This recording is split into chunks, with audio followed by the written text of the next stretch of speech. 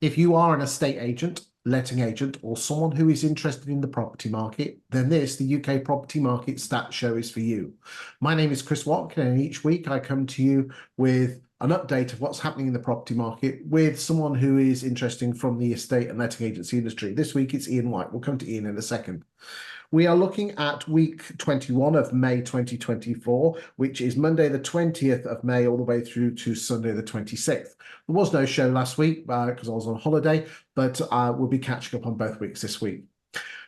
Why is this show important? The purpose of this show is to tell you what's happening in the property market. Most stats, the Halifax Nationwide are looking at sales from 2 or 3, 4 months ago. The Land Registry is looking from sales that took place 6, 7 months ago. We're looking at sales that took place last week, both numbers and prices achieved. So if you want to know what's happening in the property market, buckle up for the next hour and we'll be going through what's happening in the property market. The show is split up mainly into 2 sections. The first section is looking at the UK property market, where myself and Iain White will be going through it. And then the second half is where we focus purely on a town or a city. And this week we're going to the beautiful town of Darlington in County Durham, and we'll be looking at what's happening there in terms of the estate agents. Now, if you're not from Darlington, you still will find that of use because we're going to be using a piece of software that proves that you are a better estate agent, which means you can get higher fees. And you can combat overvaluing. But less of that, that's later in the show. Let me introduce you to someone that, if you've not met him, is Iain White. Iain White used to be a huge director at Romans when Romans were a force to be reckoned with. They still are, but it's when they were tenacious and tiger-like. And now he works for some of the biggest names in the industry and some of the small ones as well. And he certainly knows his stuff. Iain, thanks for joining me today. My pleasure, Chris. Thank you for having me on. Looking forward to discussing the facts and figures. Excellent. Right. Well, as always, ladies and gentlemen, what we're going to do is let's dive into the stats straight away. And here we go.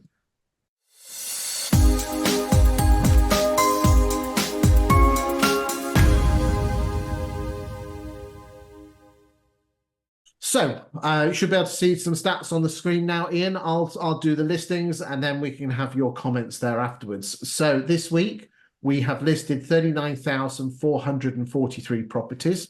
Just to give you an idea, last week that was 39,300 and the week before was 32,000. Remember, 32,000 being the bank holiday. So what I would say to you, ladies and gentlemen, is that we are about to be in another bank holiday. So when you get next week's show, these numbers will be lower because it always is. Get back to the stats. The average price of a property coming on the market is £459,000, which is very similar to what it was last week. In fact, that number's hardly changed all this year. Year to date, 745,000 properties have come onto the market, and there's the graph, the white line being the number of listings on a weekly basis. And then you can see the pink line, which is 2023, the green line 2019, the turquoise line 2018 and the yellow line 2017. You can see that the dips here, these are the Easter dips. Easter came early this year. And then we've also got this dip here, which is the first May bank holiday. And no doubt we'll have a second dip in the second May bank holiday. Thoughts with this, Iain?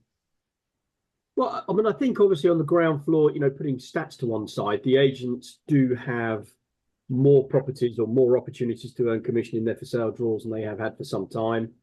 And listings in most areas and for most agents are relatively free-flowing compared to recent years. The strain is in relation to where does your sell-through rate sit, and the issues within the market are, that piece. How do you turn an instruction into a sale? Because that's become a more talented task. It needs more talent or understanding or good marketing, etc., to achieve it. And then secondly, there's getting the sale through to exchange from a cash flow perspective, because I think the whole industry as a whole is feeling a little bit of a cash flow pinch, because not because their pipelines are small, as you can see here. Well, this is that's changing so fast. So this graph here, the red one, shows the number of properties in estate agent sales pipelines, the yellow line being the end of April, because we always measure this on the last day of every month. So on the last day of April, there were 436,879 properties in agents' pipelines. and the white lines are just all the different Aprils to compare and I contrast. think that's actually probably going to be a bit more as well, Chris, because the one behaviour that's changed between those 494s, which obviously with the big silly years, the COVID sort of lash out years, etc. I think in the main is where those numbers are high. But a lot of agents now will not change the property to sold until the survey's done. So in reality, I think there is more deals now that aren't showing in the way we would calculate a pipeline in terms of units that say sold subject to contract. I don't know those numbers. There's no way of really quantifying it, but I know the vast majority of my clients won't change it to sold unless there is either a reservation fee paid or a mortgage offer stroke survey done, which it would, depending on where they are in the scale. In some cases, they will leave it on until exchange. Through being fed up of bad behaviour or buyers mucking around, and just not wanting to risk it on behalf of the owner. I mean, certainly by the time this comes out, you and I are going to be on a webinar, the ICG approved webinar, which if you go to their website, it will be available to download if you put your email address in by the time this comes out. And we're Iain and myself and a few other agents are going to be talking about reservation agreements along with a couple of other things which are fundamentally changing estate agency. And one of the three things are, just to give you an idea, is one of them is reservation agreements. The other one is the self-employed model and whether that's changing it. And the other one is vendor paid marketing and upfront costs, which again, you and I listened to a fantastic chat by Ian Preston about variable fees. So that is available to download off the ICG approved website. But let's come back to these numbers again. 672,000 properties available for sale. Just again, give you some clarity, ladies and gentlemen. That figure was at 1.4 million in 2008. So bear that in mind. If you say, well, is there a lot more supply? Yes, there's a lot more supply, but it's not like it was in 08. It's when that starts getting up to £900,000 and the sales are not matching, that's when we need to start alarm bells start ringing with regard to stock. And interestingly, yes, the number of properties coming on the market is higher at 745, but there's a hell of a lot of withdrawals, Iain. A lot of withdrawals. Yeah, and I think that's an offspin from probably some overestimations from estate agents to win the listing in the first place, or vendors too willing to grab the instruction on the vendor's say so and the vendor's price and them not going anywhere, and then either party incapable of accepting or dealing with the reality of what's needed. So ultimately probably not very committed sellers. Yep. Or sellers that have become entangled with wrong information supplied by estate agents. Either way, it's not a great indictment on our industry, in my opinion. I think this is where we need to. It's not about the number of listings particularly. It is about market share. All those things are important, but it is about taking on listings from people that want to sell and agents that want to give proper advice, not who want to tick a box and say I've hit my listings target, but not actually achieve any financial outcome for themselves or the owner. It's listings is vanity and exchanges is sanity. And I know you need one for the other, but isn't it fascinating? Again, I won't mention names, but out of the three biggest estate agents in London, two of them exchange contracts, one on 27% of the properties they list, one on 30%, and the other one on 54%. Yes, I think you're talking about the city of London rather just inside the M25. But yeah, look, it is a microcosm of a market, but I don't think the industry can hold its head up high on those stats anywhere in the UK in reality. I think the last time we spoke, I don't think there's been any particular change. I think it was 53% success rate of listings to exchanges. I've been monitoring that very closely and I think it's pretty much the same. I think most agents have experienced a tough April and are experiencing a similarly tough May in terms of their exchange percentages. I think it's been tough, so even those that are getting them under offer are getting that that cash flow squeeze. But this 47% that doesn't sell, I don't know when we're all going to wake up as an industry and say, right, that is a big failure sign. That's us saying we are not good at what we do. That's us saying, if you instruct me, I've got a 1 in 2 chance of selling your property for you. That's not what the consumer expects from us. And it's partly because agents will either bid for the instruction, poorly market it, hope that technology or portals will do the selling for them. Maybe in markets gone by that was a possibility, but we've got to be agent. I think I saw your article the other day, Chris. Now it's time to be estate agents again, and it really is. It is time to connect with your buyers, understand their needs and wants, connect with your sellers and match the two needs and wants together. And you know, that can't really be done. You know, technology can support it, but it does need a guile, a human that can think left and right, somebody that can see the wood from the trees and hustle and make relationships. So there's a bit of an element of trust. I don't think technology builds trust. I think it can improve service, it can improve regularity, but not trust. And I don't know whether we've got a workforce capable of a workforce in terms of the people. I also am not sure whether we've got the leadership strong enough to oversee this change back to a state agency. Wow. Wow. I mean, you are right. And why do you think that is? Is that because there's been a degradation of fees, which means we haven't been able to attract in the right sort of people? Or is There it? has been degradation in fees in percentage terms. As you know, if you went back 20 years, in my day, it was 2%, take it or leave it. That did start to get eroded even before Romans was sold. So you know, the erosion on fees started before Purple Bricks. It has largely been offset in pound notes by the ever increasing house prices. I mean, if someone did an equation between the two, but ultimately now with the cost of living rise, you know, it really is producing.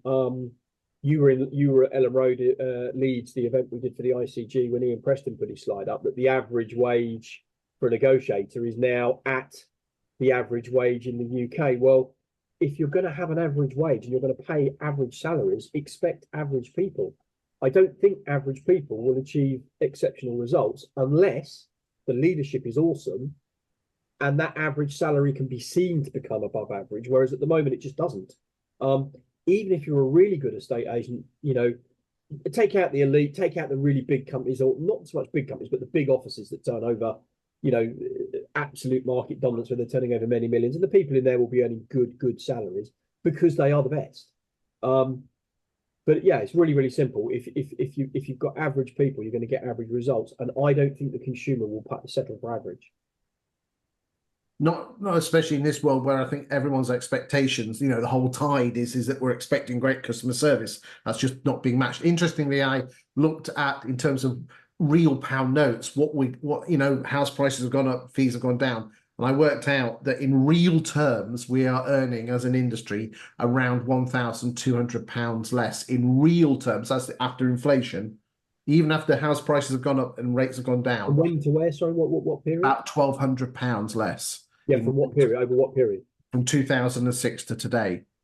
Yeah, I mean, you surprised me. It's that little, and I think that's in terms of basic salary, I would guess. No, sorry, I'm talking about the fee between in estate agents. Oh, okay. So you times that by the hundreds of sales you need to do in a year, and there's your problem. Yeah, look, it's really simple. The industry has chosen to compete with itself rather than collaborate. It has manifested itself in overvaluation and lower fees.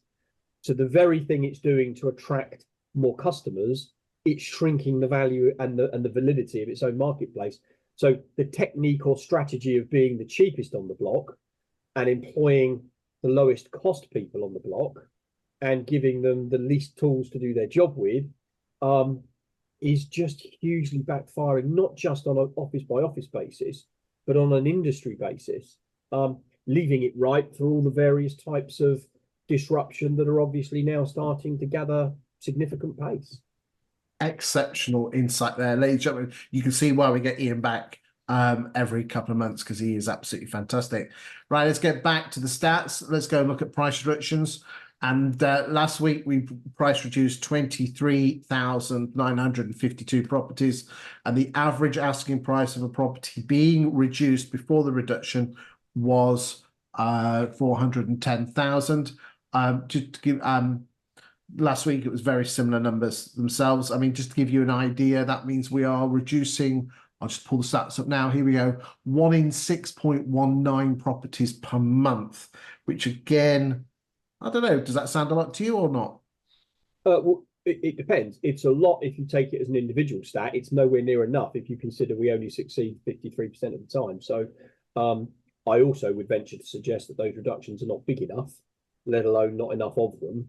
You know, we've got sitting stock higher than it has been in decades. You know, there is more property physically for sale unsold than has been for some number of Yeah, I think we have to go back to 2011 to be at the same sort of numbers that we are now. Yeah, so the opportunity exists. the opportunity is being squandered by bad advice to the consumer, or allowing the consumer to do what they want rather than us being strong enough to say, well, thanks, but on that basis, I can't list. And that is ultimately, in the short term, ticking a box for a target or a market share graph or whatever it is. But in the long term, it's damaging reputation of the industry, reputation of the business that took it on. It's creating a slow mover scenario, puts other people off moving, perhaps. I mean, the whole thing is just so flawed that it's frustrating. If it wasn't laughable, it's frustrating. We don't do ourselves any good as an industry, do we? Right. Oh, the good news, though, Chris, is that there are two types of people now. There are some young guns coming up through the industry who are really shaking it up, and you can see their market shares growing, primarily because they have very modern techniques and they're using things. But they also do have a little bit of graft in them, and a little bit of guide, and a little bit of networking, and a little bit of interpersonal skills, but they have interlaced it. They tend to be much smaller businesses that do well individually, maybe some of these self-employed guys. And then there are some exceptional leaders who have grasped change and understood change, and you can see them running away with it, which is why you're seeing such consolidation, because that little inactive group in the middle that don't want to change, they just want to moan about the problems, moan about Rightmove, moan about what their competitors are doing, moaning that they can't get the staff to do what they want to do. The staff are moaning about how much they get paid.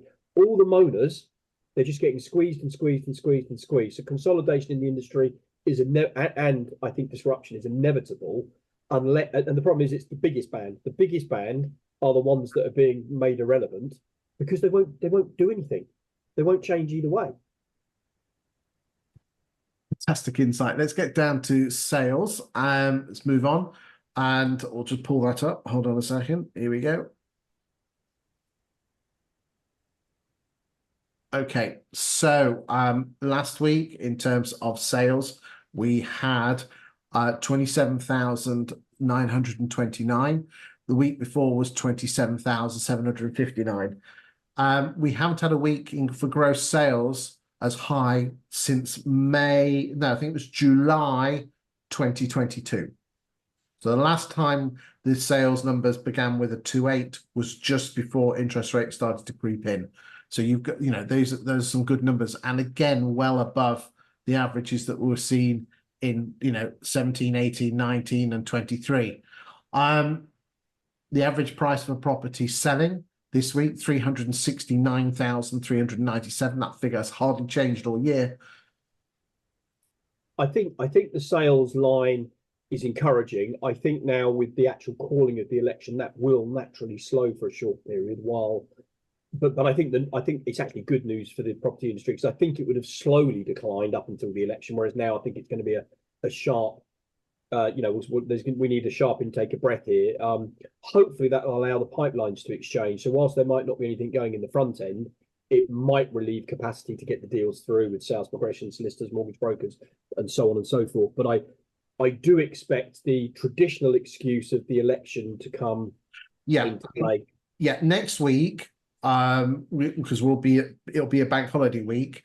I suspect the sales will be somewhere in the order of around 20 to 21,000. That's what that's the normal expect. And if you can see the graph on the screen now, you can see why that's going to be the case, because it always tends to be the case in the May, the later May bank holiday, and then you can see them drift. I've done some analysis for my clients. Normally, the number of sales in the 4 to 6 weeks on the run up does tend to drift off between 5 and 10%, but it's nothing major. Okay. And the prices achieved, again, I looked at pound per square foot, and it's not a huge difference. I think the worst thing that we can have is some form of hung parliament afterwards. The magic thing is human beings don't like uncertainty. So I think the way it's looking at the moment on Tuesday, the 28th of May, that unless Labour do something silly, that they will win. And they're making all the right sort of noises on that one. Let's move on and look at listings. The average listing price to average sale price is this week is running at 27%, which again, that you can see that that's the average. The orange line is the asking price of the property sold. and the red line is the average asking prices of the properties coming on the market. That's not to say that there's a 25% drop. It just means that the lower price properties have a higher propensity to sell. And again, these are just some graphs here which just show you that the turquoise line is drifting downwards in terms of the average price paid, but the average house coming on the market seems to be growing as well over the years, looking at week 21 in isolation. Any thoughts on that before we go on and look at fall throughs? I mean, only a repeat of what I've said before is that I genuinely do not believe with the agents I work that there is a lower propensity for higher properties to sell. I just think there's a higher propensity for higher properties to be overvalued. And I think that's what causes the problem. And the problem is those properties are what actually first-time buyers coming in and starting everything off. And that middle family market, slightly higher price properties is the fuel of what we do. It's if you get on those aspirational properties, it brings everybody else to the market to want to buy them. And if you've got first-time buyers and you're appealing to them, you can close the bottom of your chains. But by messing up and overvalue and bidding for this middle section and misleading the consumer into bringing it on at the wrong price, it is actually a structural problem within because if those family homes were the right money, forget the election, forget interest rates, if they were at the right price based on all of those things, there'd be queues of buyers for them. It's just agents don't want to tell the client what they need to do to have a queue. They want to tell them what they need to do to get it on. It's a repeat of what you said before, and it's certainly the truth.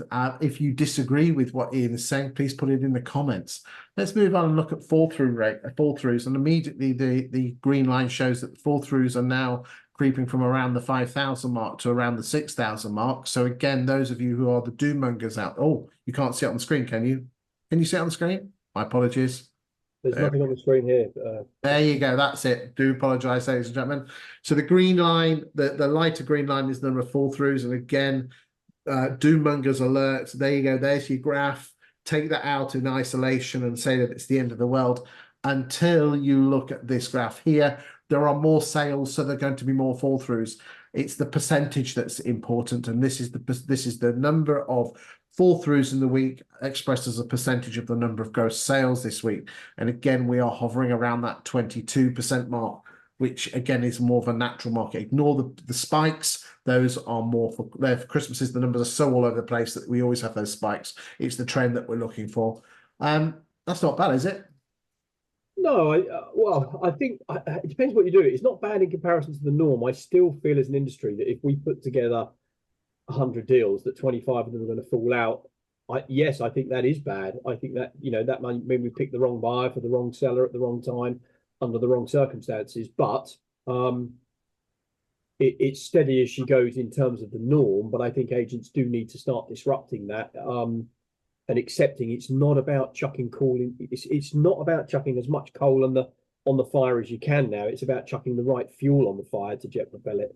I agree, and you and I are big fans of reservation agreements, which again, as one third of the ICG approved webinar, which again you can download by the time you see this. They are game-changing stuff, and there are a number of firms that offer them, but you're going to get fall-through rates in the single figures. And yeah, they're amazing, aren't they? I don't know why more agents don't take them up. Well, I think to be fair, it's growing at a hell of a rate now. I think again, it's the anti-change scenario. It's the bosses pampering to their negotiators, saying, "Oh, I don't want to have to ask for a deposit," or saying that no one will pay it. Well, the bosses that have said tough tits, that's how it is. Guess what? Every buyer pays it. Fall through rate drops. Exchange time frames increase. So yeah, I mean, I am a huge fan of reservation deposits. I think they're long overdue. I think there are now 2 or 3 suppliers in the market with sensible products that work, that are viable, that are fair, that are reasonable. There are some unreasonable ones. We saw some advert press around buyer fees the other day. These aren't buyer fees. These are deposits that in the event you behave badly, you lose your deposit. In the event that it goes through, the money is either given back to you or added to your purchase price. I don't agree with charging a buyer a fee simply for buying a property through you, unless you're only charging the buyer, and then that's just a business model that you make your choice. Wouldn't be my choice, but I understand that model is perfectly reasonable and viable. So yeah, we've got to be careful that reservation deposits don't become a mis-selling opportunity, because that's the risk of the cowboys taking a reservation deposit and doing it dishonorably. Indeed. Right, residential net sales. So this week, in terms of residential net sales, we ended on the week 21,726, which is, again, I think I'm just checking now. It is the second best week we've had all year.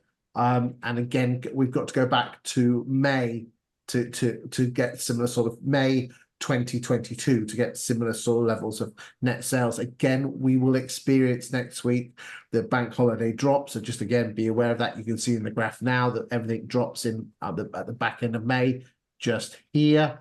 The cumulative net sales to date, 511,000. Oh, sorry, that's gross sales. I do apologize. Let's pull up net sales. There you go. 400,697 properties. This is the stuff which is we're going to exchange on, which is 10.54% above the average of 17, 18, and 19, and 11.5% above 2023. If you just freeze that for a minute though, and let's just say that every agent decided to value themselves differently and increase their fees by 25%. So the playing field stays the same. Whatever your current bottom line is, it goes up by 25%. That number becomes 500k, which is one of the biggest numbers on that chart. You don't have to. I mean, okay, but numbers of transactions is important, but we can still control our own destiny in the market. In any other situation, if your costs were going up, the cost of your product would go up. In our world, for whatever reason, this weakness we've got around valuing ourselves and employing the right people, training them, and then in effect mentoring them and leading them to make sure that they're not cowards on the fees, or they're not able to be cowards. If you give a salesperson the option, charge what you want or charge X, they will always charge what they want. They will always go to the lowest. And it's just like, all we have to do is increase the fees. But if every agent, every owner that's watching this, every owner said, right, whatever my bottom line is, I'm adding 25% to it, the playing field doesn't change. But the industry suddenly done 500,000, not 400,000. That's 100,000 more in pound notes. Indeed. And again, I think we're very guilty of listening to our negs and taking the easy route out and actually not being the leadership, which is exactly what you said earlier on, is that you need strong leadership from the top to drive and support, create that culture and get what you deserve.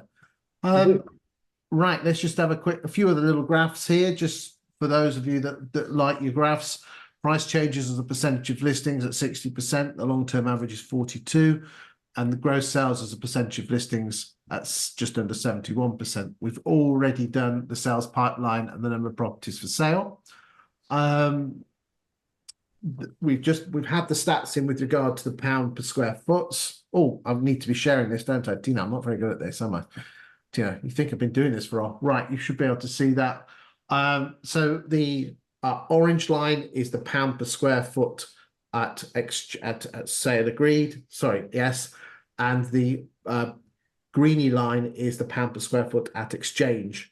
So what tends to happen is that the green line matches what the orange line does, just moved on. So we can tell what's going to happen to exchange prices 5 or 6 months in advance. And if you actually push that across, you'll see that green line will actually kick up. So house prices are approximately 4 or 5% higher in May going into June than they were in going into January. So I wonder how the doom mongers that talked about 30-40% drop in house, I mean, how do they deal with this stat? I mean, what bullshit do they come up with to justify that they're still right and that this stat's wrong? I mean, what maths do they do to still, because some of them will not, I mean, some of them, to be fair, have said, look, we may have overestimated it, we may have got this wrong. The national press has done a U-turn, and in some cases printed that they're astounded by the resilience, but in others have just ignored their previous comments. But how do they deal with this situation that, yeah, okay, the market's got challenges, there's no doubt about it. It may still have challenges to come, but it hasn't fallen up its own backside price-wise.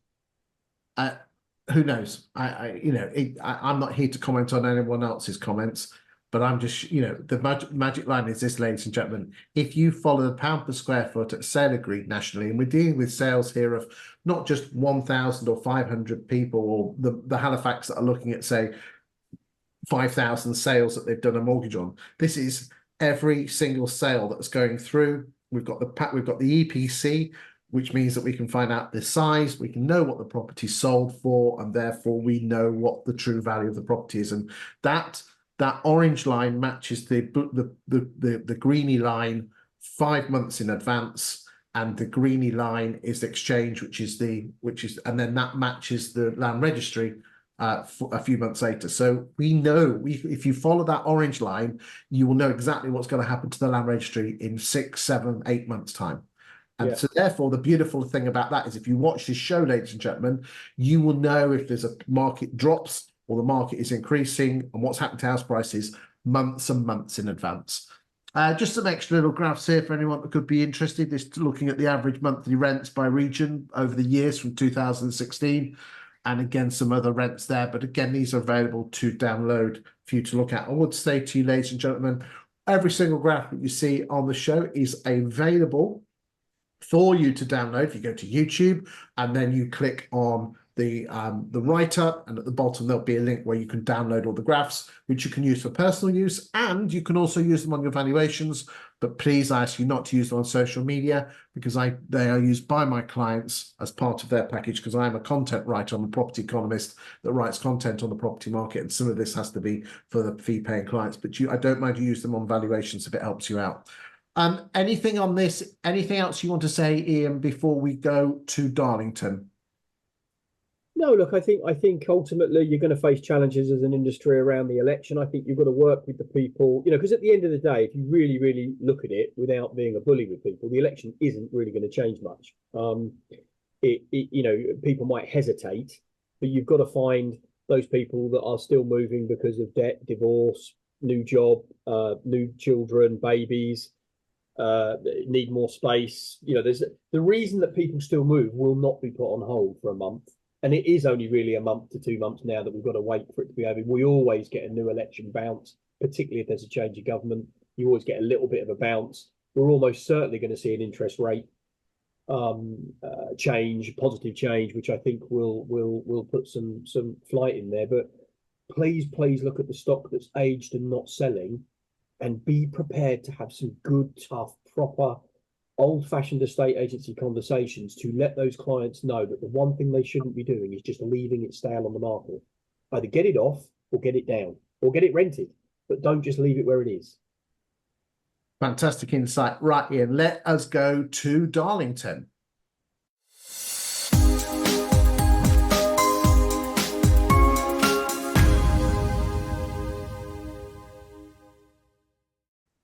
So, ladies and gentlemen, we are using a piece of software called Insight from the company called 20EA. 20EA have a number of different software systems called different things. This is their Insight platform. Their Insight platform is available to estate agents. They have a number of versions. They have a free version, which gives you limited access, and then different layers depending on how big as an agent you are. What I'm showing you today, as I said, is their Insight platform, and we're going to be looking at the town of Darlington. They have not paid me to use this software, although I'm a huge fanboy of it. They do give it to me free of charge.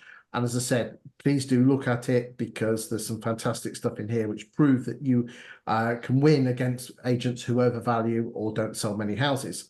It actually proves that you're awesome, assuming you are awesome. All the data, as I said, is collated by them. If you've got any issues on the data itself, contact 20EA yourself. So we're going to dive in and have a look and go. So the first thing we will look at is market share. That's what we start on residential sales. And just for the purposes of Darlington, the postcode areas that we're looking at are DL1, 2, and 3. Okay. We'll firstly look at how each agent performs, and I'll whiz through this, and then Iain, you jump in at any time. So the average price of a property that has come onto the market since the 1st of January 2019 has been £187,000. Let's have a look, and these, you can see the different levels here on this graph here, which show you the different levels of new instructions. And you can see that new instruction levels, I mean, just to give you an idea, we'll look at full months here. April 2024, there were 254 properties that came on the market compared to 198. We can look at the sales in a second. So let's have a look at and see how different agents are performing. So the first off, we're starting off with venture properties. And their average price is 142, which obviously shows that they're at the lower to middle end of the market. And their market share has been pretty much bouncing between 10 and 20%. Do you know any of these agents, Ian? No, I don't. I mean, Darlington, well, Bridgeford's I will know from my, and John, is that John D Wood? No, it's not John D Wood. Bridgeford's I know, and obviously I'm aware of Purple Bricks as we all are, but no, I don't know any of them personally. Okay, good stuff. Right. So it obviously appears that ventures have just been bouncing around between 10 and 20% of their market share. Looks like they've had a decent May, so well done, boys and girls there. Let's go and have a look at Carver's. So Carver's around that 15% mark, but looks like they've been a slight drifting down towards nearer the 10% mark. So again, no one seems to be pulling trees up here. Robinson Tees, again, a slight drifting downwards, not a huge amount, but and then let's go and look at Anne Cordley. Well done, Anne Cordley. You seem to be growing. Well done. Let's go and look at Bridgeford's. Again, notice there's not many people particularly growing here. Everyone has their lane, tends to stay in it. JW Wood. Let's go to Your Move, which are part of their franchise network now. They seem to be growing. Purple Bricks. That actually goes against most Purple Bricks. What you tend to find is the Purple Bricks' market share nationally and regionally it's been drifting downwards. Although nationally they are starting to grow. They've had 4 or 5 clear months of growth recently. But hardly surprising when they're charging nothing for the process. I mean, okay, yes. but, I mean, marginal growth when you're giving it away. That's not. It's still not a great stat, is it? But I mean, look, this is a typical market. You've got 3 or 4 people that own the sort of lion's share between them. What's interesting there isn't one particular runaway. You know, normally there is 1, maybe 2 agents that dominate. They're like double the market share of everybody else, but that isn't the case. It looks like it's a high volume market. It looks like there's a lot of it, and it looks like it's a sort of middle to lower housing stock. But so a typical. I think Doncaster will be a city. If it's not, it will be as close. Darlington. Don't believe Darlington. Yeah, sorry, wrong D. But Darlington. Is it a city? I'm not sure, but it's a pretty big place. But it looks like a fairly typical marketplace, really. Yeah, a good northern town. It is a nice town if you've ever visited.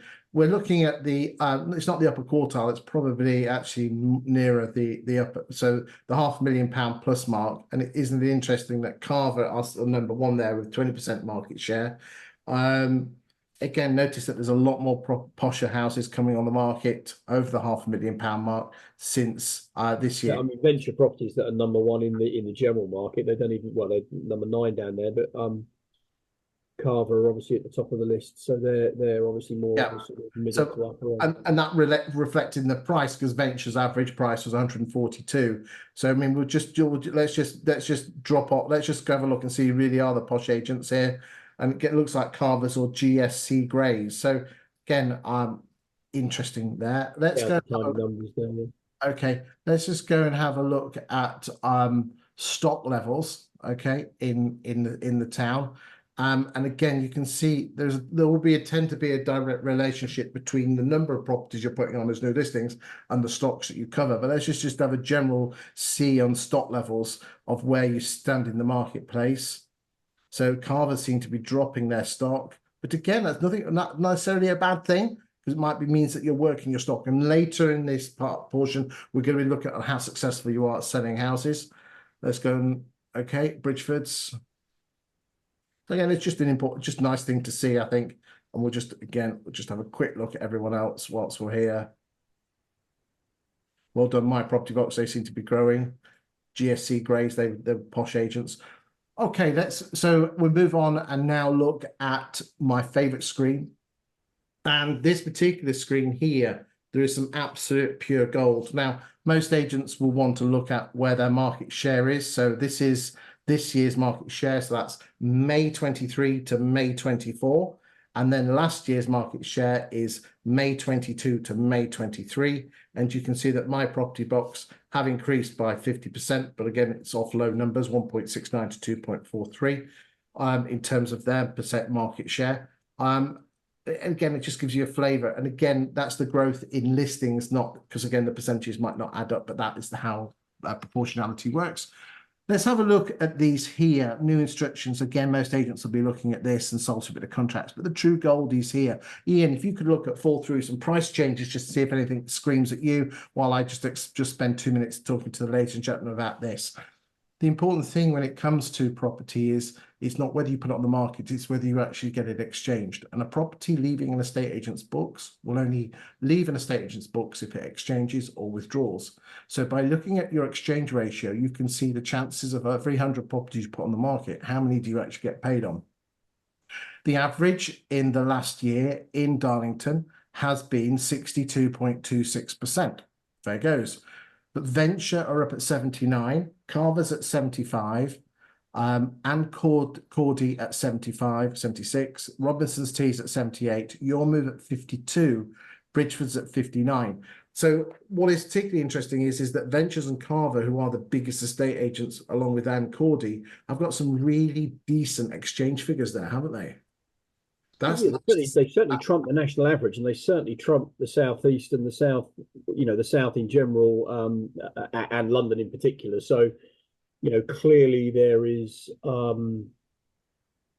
presume the fees are lowest. They have to sell a higher percentage of what they list in order to make to make the business work. So overvaluing is a less likely outcome up there. But I mean, ultimately, yeah. I mean, at the end of the day, all you got to do is champion it. So if they're getting an 8% success rate, that means 4 out of 5 of their clients are happy at the end of the process, at least in their initial aim. Whether the service was good or not, that remains, but at least they achieved what they set out to achieve. What is particularly interesting to me, because I do this every week in a different town, is that the average, as you can see here, is 62.2, and that's the average for the town itself. But the biggest 4 agents by a country mile have some of the biggest figures. And that is really, really rare to see. You would normally expect the bigger agents, the volume agents, to suffer slightly on their exchange ratio. So what that's telling... Venture properties seem to have mastered the art of getting it on the market. They're perhaps giving the client a range of prices, but ultimately, if it doesn't work, they get 50% of them down. And, so they're able to do both things, which is list maybe at a more... a slightly higher or a figure that's a bit aspirational, but ultimately they obviously work with their clients, because you could argue that price changing at 49% is too much. Well, it doesn't matter if the outcome is 79%, as long as they get there, they get there. It shows they're working the stock. And in fact, in the next screen, we're going to look at which of these agents overvalue and then compare and contrast their performance just to back all that up. Yeah, some good stuff there. So let's move on and look at overvaluing. So what we're looking at here is, again, it's a really complicated graph. And what it needs to be done is just explained a little bit here. So what's happening here is this, is the original asking price overvalued. What's that? That is saying what 20EA does is that they've looked at every single one of Venture properties, 443 properties, and they've already come up with an AVM or an automated valuation model, or kind of like a Valpal figure, others are available, of what they think that house is worth, and then seeing what Venture has put it on the market for. And they've done the same for all the other agents, excluding JW Wood, which seem to be slightly on the optimistic side, although if you have a look in a second, looks like they've got some decent figures there. Everyone seems to be, the average overvaluing in Darlington is 2.09% over what 20EA think it's worth. So what we've got here is these are pretty close figures, and everyone seems to be valuing in quite a close price band of between late 1.6s and early 2%. So again, that's nice to see, but again, there's a little bit of overvaluing. Then what do you actually achieve off the back of it? And Venture achieve 1.32% and Carver's 0.88 off their original asking price when it gets to land registry. So therefore, how does all that work? Well, let's put it into nice pound note figures. If Venture Properties put on a £200,000 house they would achieve on average 201,632. Carver's would achieve 202, and Cordy 195, Robinson's Tees Valley 197. JW Wood 213. Now that does ring alarm bells. So I would probably be finding out if they've probably put some cheap properties on or put something gone to auction. It could be that, because that is quite an anomaly. You can see Pattinson's, they are a big auction house, and that tends to, so there could be some auction numbers in there. If that was if that could be the thing. And again, ladies and gentlemen, if you were a valuer and you were out of the property and you didn't want that to show, then you could actually switch that off just like that, and hey presto, they do go away. If you wanted to use this to your advantage, but it just shows you that you know, if I was Venture or Carver and I was going up against Ann Cordy, I could say I will get you £6,000 or £7,000 more than the other agent. And this is independent data that you can show to people and you can back it up. Any thoughts on that? Yes, I mean, I do love stats. I always struggle with the real meaning of this one in terms of its absolute validity, because there is a little bit of what's the word? Although you're comparing eggs with eggs, so it has that advantage. Yes, the assumption on the AVM. The assumption on the AVM, I think, is it concerns me that if a consumer was being not misled, that's the wrong word, but a consumer could look at these details and it could be sold as a matter of fact. It isn't a matter of fact. It's a matter of, if you do all of these things, this is what this shows up. And I've sort of always, to a degree, put this to one side, this particular chart, and said, look, it's very complicated. And I'm not sure I would either use it to my, well, I would definitely use it to my advantage if it showed me an advantage, but I don't know whether it would. Indeed, but I mean, this is the bit I love. This is my favorite, is how many do you actually, you know, Mrs. Miggins, if you go on the market with agent X, you will have a 1 in 2 chance of selling. With me, you will have a 4 out of 5 chance of selling, moving home. I also think that, you know, stats are great, and they do, you know, there's lots of stat companies out there now that agents should be working with 1 or 2 of them to make sure they've got their expertise. But ultimately, the vast majority of their expertise they should have anyway. They should have it within their knowledge sets, and of course they use this to actually corroborate and evidence it rather than it be a state agency bullshit. You've hit the nail on the head. If you go and beat people up with these stats on their own, they won't work. You need to get the emotional buy-in first using your estate agency and your emotional skills. But if you're up against something and you need something, actual hard facts and proof, you use this to corroborate and back it up. But don't use it. Yeah. But so it's one that I've always, on the grounds it works on the AVM, which you know, if you put every property in the UK through the AVM, the discrepancy between what it says and reality is massive. So it's like the AVM bit for me is a bit flawed. But anyway, the stats show it is comparing eggs with eggs. And, you know, it indicates some agents have either value correctly in the first place or ultimately go on to do a better job than some of their competitors in relation to the price they achieve for the owners. But I'd take this particular slide with huge caution personally. Yes, it's not perfect, but at the end of the day, if you've got it there and you can use it and 20EA will back you up, then you can use it in your marketing. Because at the end of the day, if there's 10 estate agents in the town, how are you going to prove your difference? Using third-party independent data. Let's look and have a look at which agent seems to sell the house the quickest. This year, on average, it's taken 71 days to find a buyer. Last year, it took 52 days. So we're looking at May 22 to May 23, it took 52 days. And May 23 to May 24, 71 days. Okay. And you can see here which agents tend to sell houses quickest. So Venture and Ann Cordy and Robinson's Tees seem to be the quickest agents. Those are the blue sections that you can see here. So Robinson's Tees, if you put your house on the market in the last year, it would take you 153 days from putting the for sale board up to getting you moved, whilst Bridgeford's would take you, let's have a look, 221 days. So again, that's just showing you, so the blue line is how long it takes from new instruction to sale agreed, and the pink line is how long it takes from sale Yeah, agreed. if you add the two together, though, you're getting a fairly decent agent that's got a combination that, so the shorter the two together, Yep. which doesn't look good for the larger corporate institutions on this particular graph. And to be fair, let's be honest, we could put virtually any town up. It will always be the free to list and the corporates at the bottom end of this chart because they have the least. And I hope I'm sorry about the people that are watching this, but they don't have the best quality people in the offices to deal with these ever growing problems over price. Okay, right, indeed. Okay, right, before we go and look at the listings, what I'd want to do is just spend, if there's some Darlington agents watching this, I'd just like to spend a couple of minutes of your time, me talking in a video about how I can get you more listings. This is the message for all Darlington estate agents and letting agents. One of the biggest problems that used to wind me up as an estate agent was all the properties I was never called out to on a free valuation. And I would like 2 or 3 minutes of your time to explain how I help many, many estate and letting agents like you attract more people to their agency.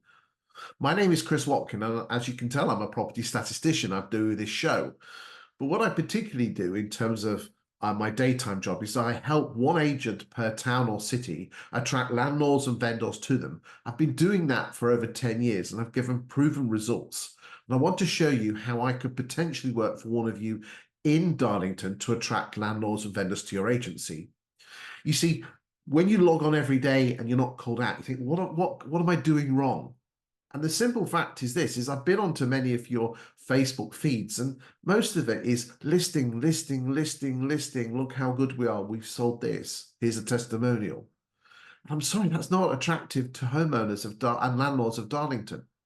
I have a clearly defined system called the landlord and vendor farming system, which instead of trying to hunt people, attracts people to you, to want to talk to you and ask you out for a valuation. How do I do that? Well, this is how I do it. You see, here's a survey of over 10,000 vendors last year by the Property Academy, and they asked what influences your decision on choosing an estate agent. And there's stuff like here, as you can see, confidence to sell a property and like and trusted. So that's where your brand comes in. Good reputation, again, where your brand comes in. But looking at everyone, it looks like everyone's got a good brand and reputation. But there's one thing which I'm noticing not many of you are doing in Darlington is this. Look at the fourth one, good market knowledge. Every single homeowner is obsessed about the value of their own home. Whenever there's a brand new facade board in the street, everyone goes on Rightmove to see what it's on the market for. And the newspapers just talk about house prices all the time. You see, everyone is obsessed about the value of their own home.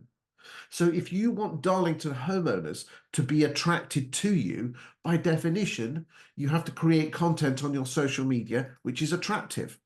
And I can guarantee you the one thing that every single homeowner in Darlington is obsessed about is the value of their Darlington home. So this is what we produce for estate agents on social media. Let's just have a look. Hold on a second. There you go. I can tell you this is live. Here we go.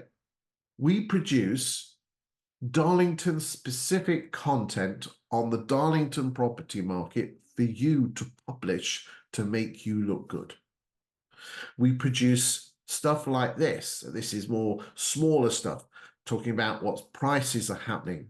We'll do heat maps of different stats and overlay them on a map to make you look like the most knowledgeable. This here, the percentage of homes with an EPC rating of A, B, or C. The number of homes sold. This could be your picture, and we could put your logo here. The number of homes without central heating. This is just this month's content. Different content next month. Is Darlington a buyer's or a prop buyer's or a seller's property market? This, showing how the property market is a very powerful graph, and it comes with a nice write-up that goes along with it to make you look like the most knowledgeable agent in the town. This is this week's article. The average price achieved for a Darlington property every single month, going back to 2019. £1 per square foot. You might not understand it, but it makes you look awesome. If you've got a problem, we cover your back, and we've got, if anyone asks you any difficult questions. We also do UK stuff like this. to make you look awesome. And you could change, you get Canva template, so you can change the background color, and you can put your logo here, just there, or just here. And you will get 3 pieces of content a week, 2 on Darlington and 1 on the UK, to make you look awesome. I can only work for 1 agent per town. So whether you're an estate agent or a letting agent, if you feel that you want an unfair advantage over your competitors, then potentially we should have a chat. My name is Chris Watkin. My telephone number is 07950 147 572, or you can get me on most social medias platforms. Facebook and LinkedIn are the best. My costs are £350 plus VAT per month, and you can walk away at any time with 2 weeks' notice. Like I said, I can only work for 1 agent in Darlington. Now, that could be you, or it could be one of your competitors. The choice is entirely yours. But if you are looking for an unfair advantage to attract landlords and vendors to your agency, then please do give me a shout. Thank you for your attention, and we'll now get back to the show where we'll talk about the rental market in Darlington. Thank you for your attention there. Right, Iain, let's go and have a look at with regard to the rentals. And we can see here that Ventures seem to be the big agent here. Let's just remind ourselves who the agents were when it comes to residential sales. Venture seemed to be the number 1 when it comes to residential sales, and also number 1 for lettings. And this is the number of new instructions coming on the market. Now, there's going to be a slight drift off because people are staying in their properties longer, and fewer landlords are buying, and more landlords are selling up at the moment. So you're going to find a slight drift off on all of these, but let's have a look. Let's go to Bridgeford's. Okay, My Property Box. Okay, Open Rent.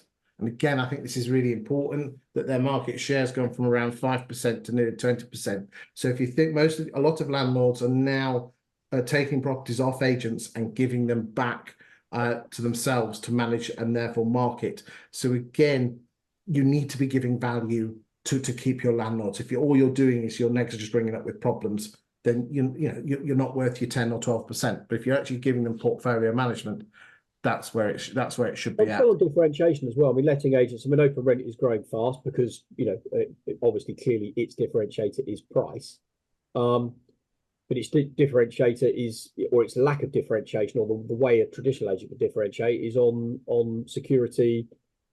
Checking of the tenant, the due diligence. If it has really truly got that in its armory, if it hasn't, well, the sales force won't believe it, and they won't be able to overcome it. But Open Rent feels very similar to the growth of Purple Bricks. I don't know whether it'll take an ultimate similar path, but for me, Open Rent is an absolute toxic cesspit of tenants that have been rejected by good estate agents. That's where they end up.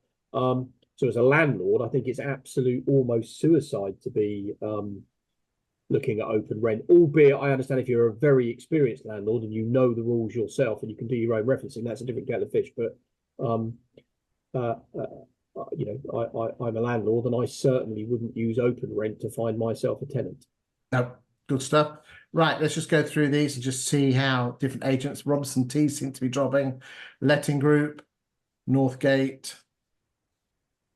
Carver, Bellwood. It's a big lettings market, isn't it? Yeah, it's not bad, is it? Although interestingly, some big agents here, the lads at My Property Box, decent lads. I've been a while since I spoke to them, but when I did talk to them, they seemed to be nice lads. GS Landlords 2, Bussey and Armstrong, not much there. We'll just spend a couple of minutes on this, just have a quick look. We'll go to the top 25 and then we'll leave you in peace. Okay, Iain, that's the lettings market. Final thoughts. Well, in terms of the lettings market, I can't stress how important that is now. I mean, obviously it's difficult to build a lettings department because that particular market is shrinking a touch, and there's no doubt that it's that there are fewer landlords in the space than there was a few years back because they've been pushed out by legislation and other factors. I think that'll probably set to continue for a little while, albeit at a slower pace. But the residential market is, on the upside, we have more opportunity to earn commissions in our for sale draws than we've had for a long, long time. On the downside, do we have the skills, the tenacity, and leadership to take advantage of that opportunity? I think the answer to the second question is mixed. Iain, thank you very much for your fantastic insight today. We'll look forward to seeing you in a couple of months' time, which will probably be after the election now, so we can have your insight.